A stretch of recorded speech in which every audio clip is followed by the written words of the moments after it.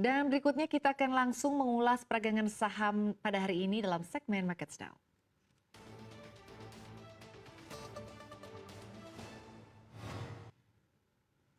Dan saat ini kami telah bersama dengan Mas Henry Teja, EVP Equity Research Mandiri Sekuritas di studio CNBC Indonesia. Selamat pagi, Mas Henry, bagaimana kabarnya? Pagi, baik sekali. Terima kasih telah mengundang saya di sini ya, Mbak. Sehat selalu ya Mas Henry ya. Sehat. Ya, Mas Henry, ini kan kalau kita lihat ya saat ini sektor EBT ini sedang sangat-sangat digalakkan begitu ya. Dan kalau kita lihat juga kalau bicara mengenai IPO baru-baru ini salah satu emiten yang baru IPO adalah PGE, bergerak di bidang energi panas bumi. Nah, Anda sendiri melihatnya seperti apa prospek dari saham PGE sendiri dan juga sebetulnya seberapa urgent sih PGE artinya untuk melakukan IPO menurut kacamata Anda? Ya, oke. Mungkin saya coba jawab dari sisi urgensi IPO PG itu sendiri gitu ya. Jadi memang kan kita tahu PG ini merupakan salah satu pengembang panas bumi terbesar tidak hanya di Indonesia tapi juga di dunia gitu ya.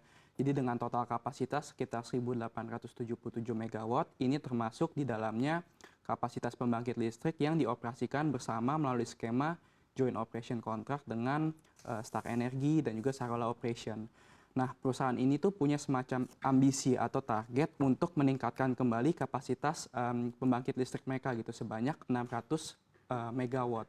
Nah, nilai 600 megawatt ini sebetulnya kalau kita bandingkan dengan total kapasitas pembangkit listrik yang mereka operasikan sendiri itu sekitar 672 megawatt. Jadi kalau kita bisa bayangkan sebetulnya penambahan kapasitasnya itu cukup masif dan ini penambahan kapasitasnya dilakukan di aset-aset existing mereka seperti contohnya di Lumut Balai, di Hulu Lais, di Lahendong, Ulu Belu dan aset-aset lainnya.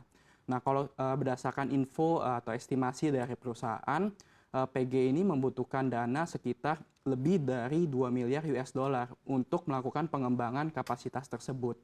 Nah, kalau kita lihat secara sisi free cash flow-nya, memang perusahaan itu mampu mengenerate atau menghasilkan free cash flow yang cukup kuat gitu. Nah, sebagai catatan, free cash flow ini tuh ada dana yang dihasilkan oleh perusahaan dari hasil operasi mereka yang bisa mereka gunakan untuk membiayai capex, juga melakukan pembayaran hutang atau juga melakukan pembagian dividen kepada shareholder. Nah, kalau menurut estimasi kami mungkin dibutuhkan waktu hingga 10 tahun bagi PGE untuk melakukan pengembangan kapasitas tersebut apabila mengandalkan dari free cash flow atau dana internal mereka. Nah, makanya di sini kami melihat IPO itu sebetulnya nilainya cukup strategik bagi semua pihak dan menguntungkan semua pihak juga. Dari sisi PGE, tentunya IPO ini tuh bisa membantu PGE untuk mempercepat pengembangan kapasitas pembangkit listrik panas bumi mereka gitu, dan tentunya bisa membuat kinerja keuangan mereka juga mencatatkan pertumbuhan yang lebih baik. Nah, bagi pemerintah Indonesia sendiri, kita melihat IPO ini tuh juga bisa membantu Indonesia untuk mengembangkan energi baru dan terbarukan di Indonesia gitu, dan membantu PLN untuk namanya mengurangi atau meningkatkan porsi renewable energy di energi mix mereka gitu, dan juga tentunya ini akan membantu Indonesia untuk mencapai net zero emission target kita gitu ya. Nah, sementara bagi publik sendiri gitu ya sebagai shareholder, tentunya IPO ini tuh bisa membantu memberikan kesempatan gitu ya bagi publik untuk ikut merasakan pengembangan panas bumi, pengembangan renewable energy di Indonesia, dan juga ikut menikmati gitu ya improvement dari sisi kinerja keuangan PG itu sendiri seperti itu. Tadi Anda menyampaikan jika tidak melakukan IPO sebetulnya perusahaan PGE ini mampu ya untuk melakukan pengembangan tapi mungkin membutuhkan waktu sekitar 10 tahun. Nah, dengan adanya IPO ini, menurut proyeksi Anda kira-kira berapa lama waktu yang dibutuhkan untuk bisa mencapai target tadi dengan beberapa daerah yang ingin dikembangkan?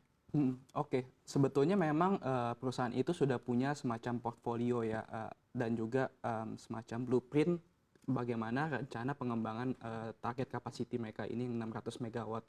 Nah, kalau kita lihat memang di blueprint mereka ini dari yang tadinya mungkin bisa sampai 10 tahun mungkin bisa dipercepat sampai 5 tahun gitu. Jadi memang untuk beberapa lapangan itu mereka sudah mulai proses pembangunannya, beberapa juga sudah mulai dari sisi EPCC tender dan seterusnya gitu. Jadi memang IPO ini betul-betul bisa sangat membantu PGE untuk benar-benar meningkatkan kapasitas mereka dan juga menumbuhkan kinerja keuangan mereka juga seperti itu, Bu.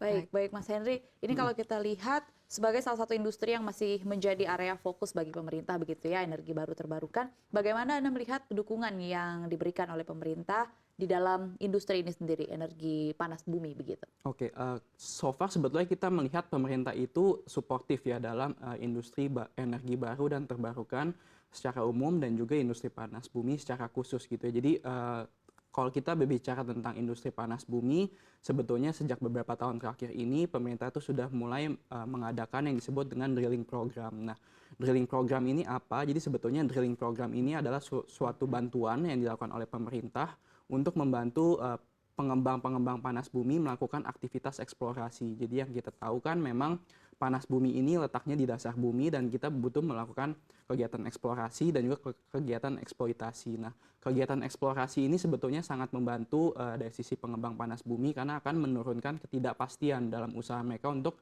menemukan cadangan atau sumber daya panas bumi tersebut gitu. Nah, tentunya ini juga akan membantu pengembang panas bumi seperti PGE untuk mengurangi total capex yang mereka butuhkan untuk melakukan pengembangan kapasitas.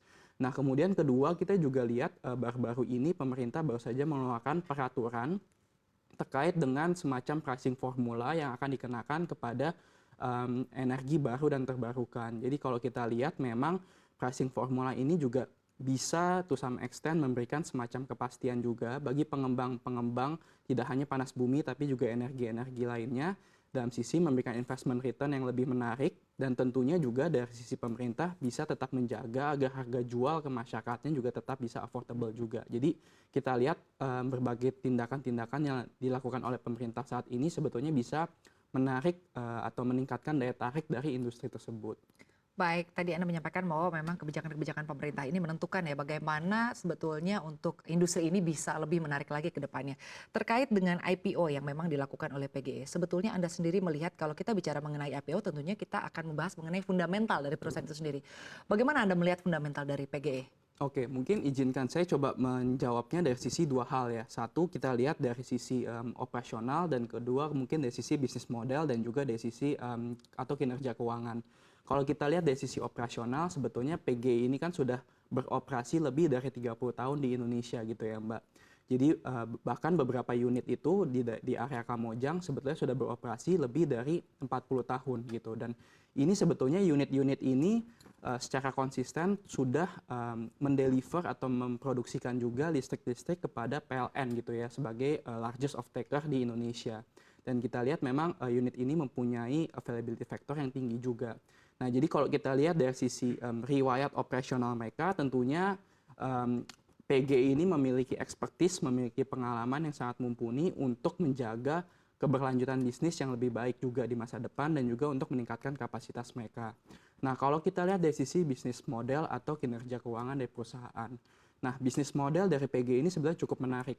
Kenapa? Karena memang PGI ini tuh sebetulnya memiliki kontrak jangka panjang dengan PLN. Jadi kontrak jangka panjangnya itu rata-rata bisa berkisar 20 sampai 30 tahun.